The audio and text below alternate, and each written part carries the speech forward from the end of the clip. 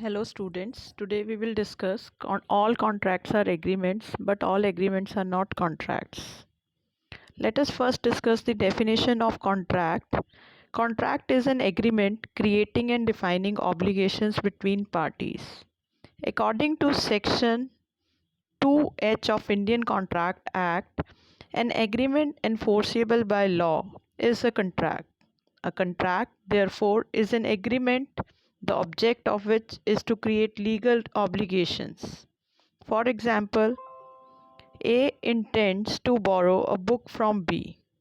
B agrees to lend that book for 2 days. Later on, B refuses to give book. There is a valid offer and acceptance, but other elements of valid contract are missing. Thus, there is no contractual obligation between parties.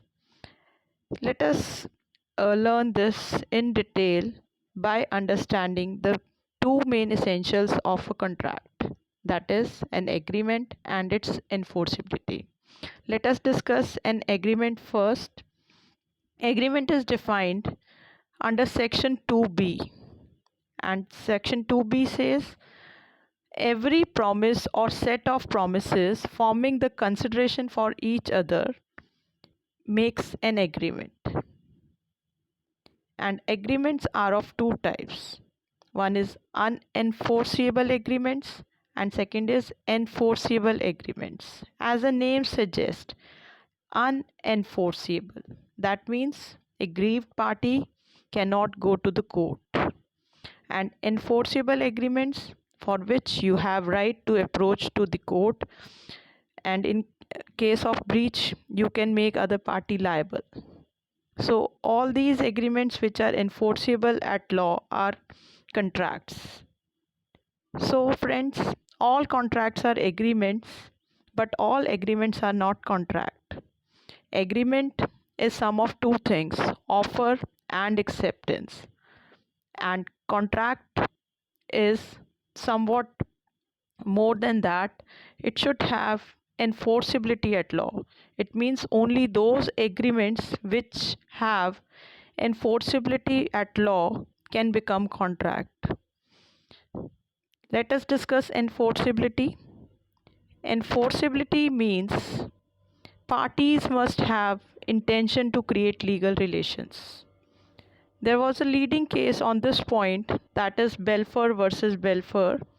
It happened in 1919, and facts of the case is just like this. Mr. Belfer was employed in Ceylon. Mrs. Belfer, owing to ill health, had to stay in England and could not accompany him to Ceylon.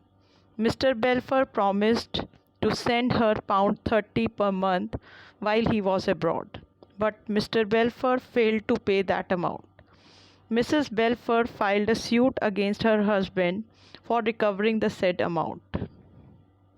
So, main legal provisions relating to this case is that parties must have intention to create legal relations. Any agreement without intention to create legal relationship is just an agreement that does not become contract. So any agreement which is purely social or domestic in nature has absence of intention to create legal relation. And same happened in this decision of this case, that court held that this was just a mere domestic agreement. Promise made by husband in this case was not intended to create legal obligation. Hence, Mrs. Belfer could not recover anything from Mr. Belfer.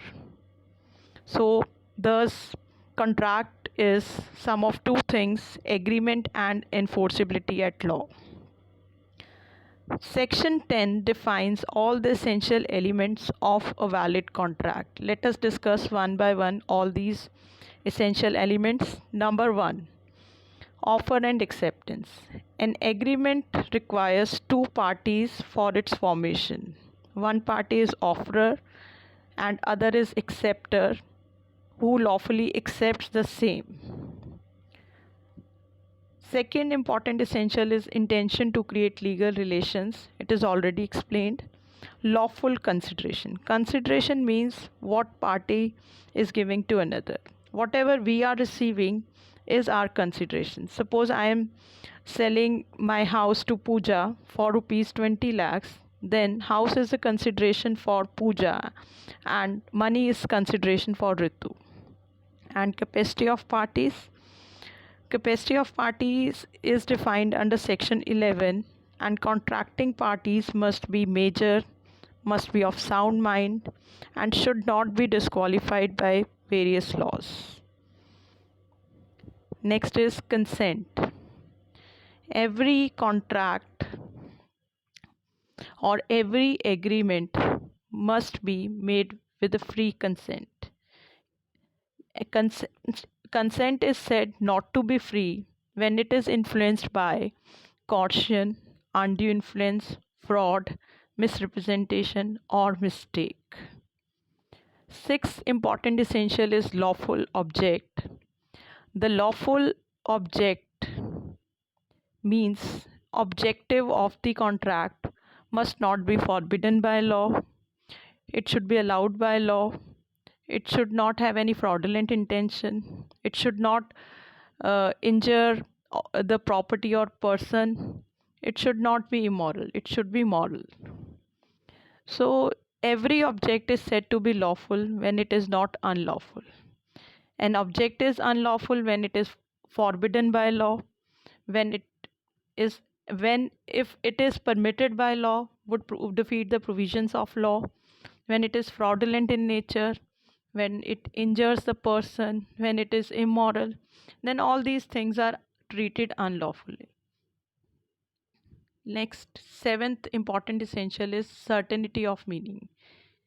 Agreements should not have any vague or uncertain condition, or any term should not be uncertain. For example, A agrees to sell B 100 tons of oil, but what kind of oil is it? Mustard oil, coconut oil, what kind of oil are they dealing in is not being mentioned. So this agreement is not certain and hence void.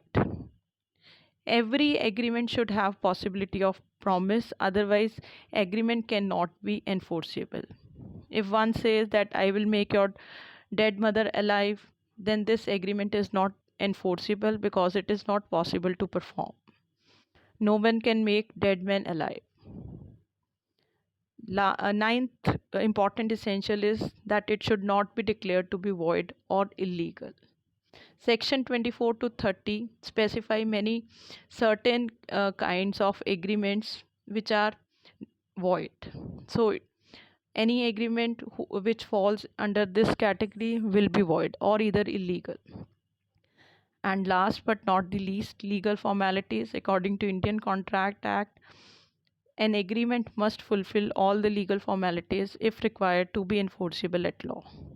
So, to conclude, one can say an agreement can only become contract if it fulfills the above mentioned essentials as per section 10. If any one of these essentials are not covered in agreement, then it remains only an agreement, cannot become a valid contract. Thank you.